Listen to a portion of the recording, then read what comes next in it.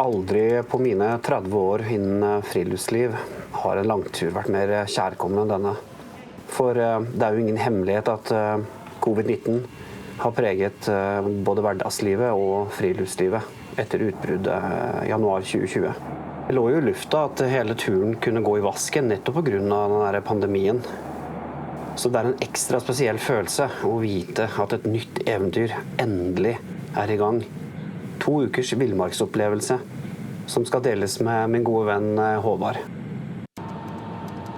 Etter mer enn et år med planlegging, innkjøp av utstyr, studering i timesvis av kart med best buddy Paul på telefon, og nå også 4 måneder med hjemmekontor, så var dagen her. Usikkerheten som han har kjent på i månedsvis om turen faktisk kunne gjennomføres, begynte sakte å skli av skuldrene. Snart skulle vi få en pause fra en helt forandret hverdag. Jeg så enormt frem til å møte Paul og Eivind på flyplassen i Alta. Snart skulle turen faktisk starte.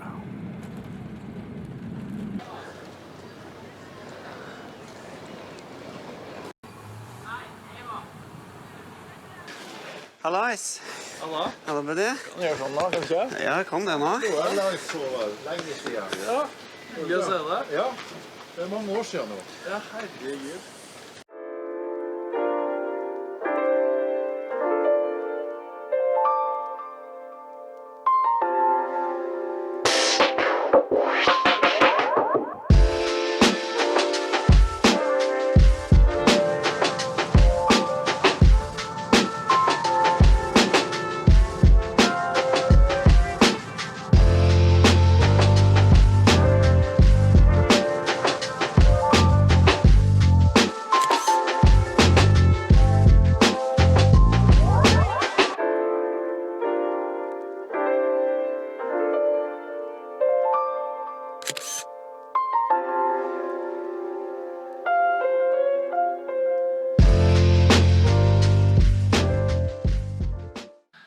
Ja, da er vi på hytten til Mosquito Air. Her har vi blitt tatt superbra imot. Så ja, rett og slett fantastisk. Tatt imot av mora til daglig leder. Da 1 kilometer cirka den veien ligger Sjøflyhavna.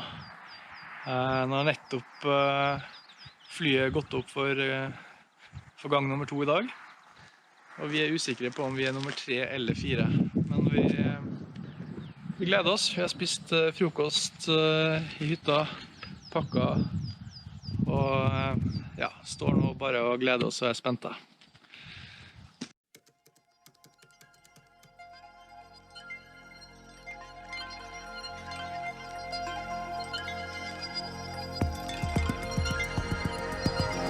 Finnmark, den berømte myggen, det berømte fisken. Packrafting på en sjelden besøkt elv. 14 dager med minimal kontakt med omverdenen. I den siste ekte villmarka vi har igjen i Norge. Ikke minst sjøflytur for første gang.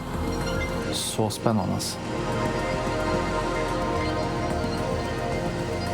Forventningen var nå stor til mitt første møte. Med myggen, fisken, elva og ikke minst naturen i Finnmark.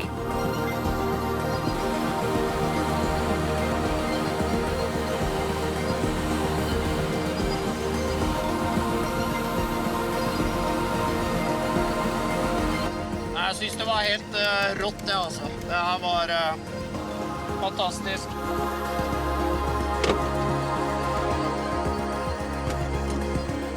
Da skjønner man jo på en måte hva slags områder dette her er. Det går bra.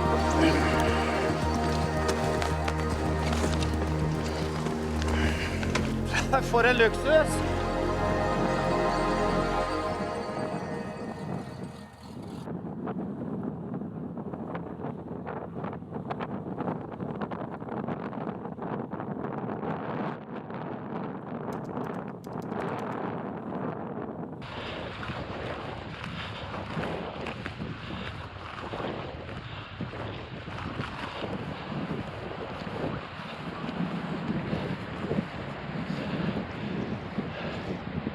Yo! Hallais. Looking good, man! Takk, takk. Nej.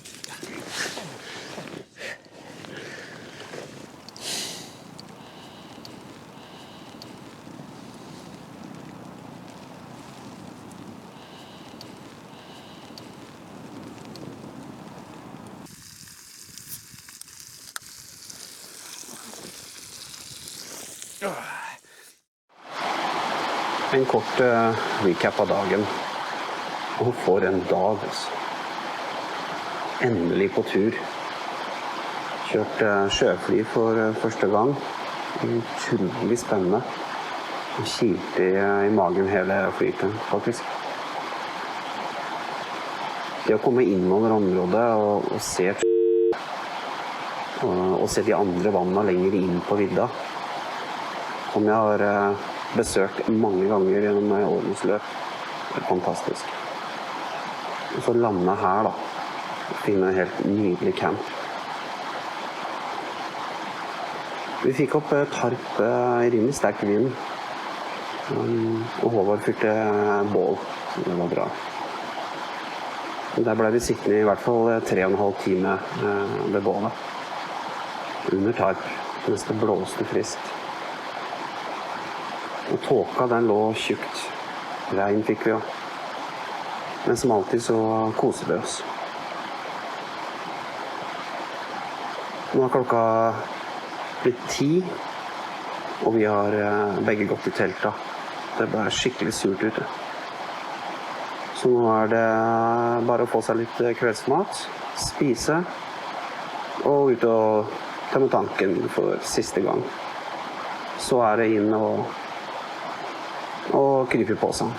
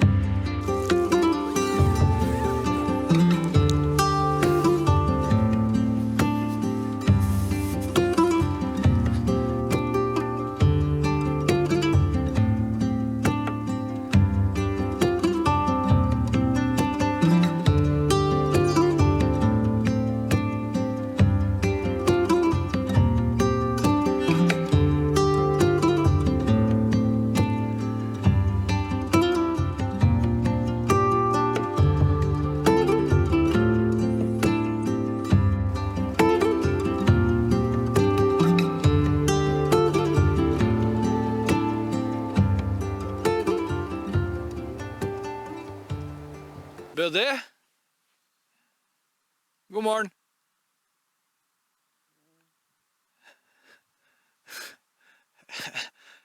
Er det syvsaveren?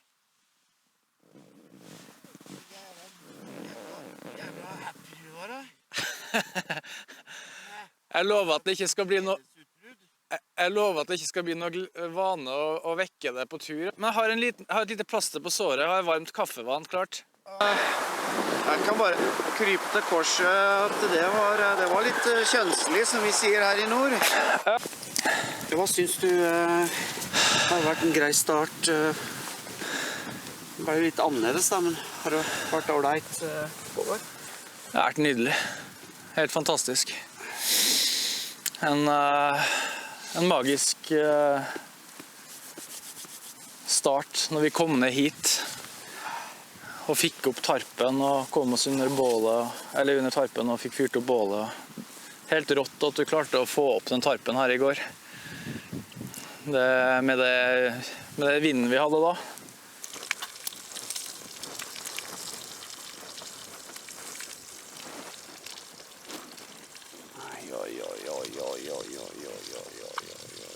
Se på det der da.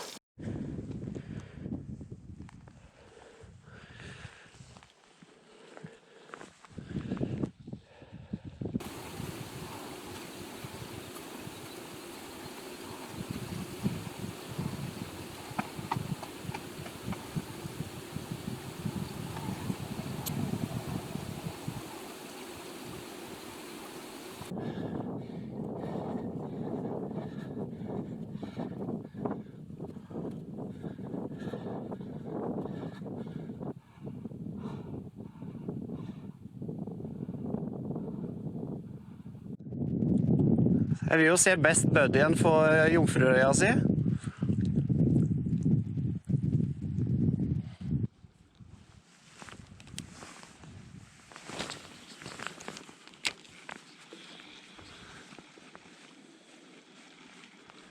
Ja, står jeg og fisker i en av kulpene som er på vei ned fra, nå sier jeg det sikkert ikke riktig, ja. Så hører jeg Håvard i lys fra seg der nede. Kan det tyde på at han har fisk på også?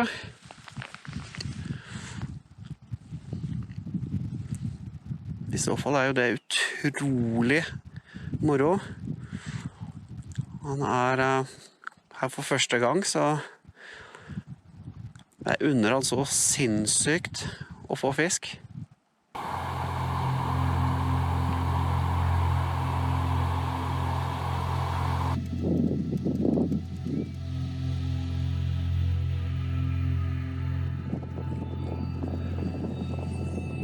Det er noe andaktig ved å være her. Dette vannet har jeg sett fra 2-3 andre vinkler før, fra motsatt side, rett over, oppi noen sider. Jeg så ned på vannet her på 90-tallet, og for 2 år siden så helt til høyre her inne i innerste tarmen fylte vi vannflaskene våre. Når vi var, da hadde vi gått fra og var på vei mot. Nå er jeg på motsatt side for første gang, og nå skal jeg fiske her for første gang.